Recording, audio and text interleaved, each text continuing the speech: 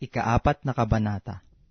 Ngunit hayag na sinasabi ng Espiritu na sa mga huling panahon ang iba'y magsisitalikod sa pananampalataya at mga kikinig sa mga espiritong mapanghikayat at sa mga aral ng mga demonyo. Sa pamamagitan ng pagpapaimbabaw ng mga tao na nagsisipagsalita ng mga kasinungalingan, na hinirohan ang kanilang mga sariling budhi ng waring bakal na nagbabaga, na ipinagbabawal ang pag-aasawa at ipinag-uutos na lumayo sa mga lamangkati na nilalang ng Diyos upang tanggapin na may pagpapasalamat ng mga nagsisisampalataya at nangakakaalam ng katotohanan, sapagkat ang bawat nilalang ng Diyos ay mabuti at walang anumang nararapat na itakwil kung tinatanggap na may pagpapasalamat, sapagkat pinakababanal sa pamamagitan ng salita ng Diyos at ng pananalangin. Kung ipaalaala mo sa mga kapatid ang mga bagay na ito, ikaw ay magiging isang mabuting ministro ni Kristo Jesus, na kinandili sa mga salita ng pananampalataya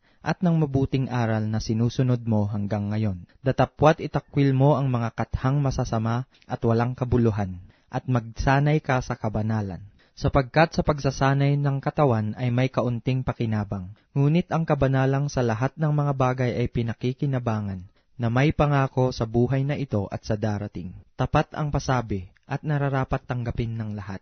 Sapagkat dahil dito ay nagsisipagpagal kami at nagsisipagsikap, sapagkat may pag-asa kami sa Diyos na buhay, na siyang tagapagligtas sa lahat ng mga tao, lalong-lalo na sa mga nagsisisampalataya. Ang mga bagay na ito'y iyong iutos at ituro. Huwag hamakin ng sino man ang iyong kabataan, kundi ikaw ay maging uliran ng mga nagsisisampalataya, sa pananalita, sa pamumuhay, sa pag-ibig, sa pananampalataya, sa kalinisan. Hanggang ako'y pumariyan ay magsikap ka sa pagbasa, sa pangangaral, sa pagtuturo.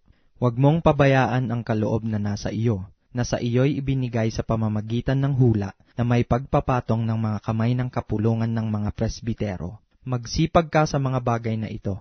Tumalaga kang lubos sa mga ito, upang ang iyong pagkasulong ay mahayag sa lahat. Mag-ingat ka sa iyong sarili at sa iyong turo. Manatili ka sa mga bagay na ito, sapagkat sa paggawa nito ay iyo ring sarili ang ililigtas mo at pati ng mga nagsisipakinig sa iyo.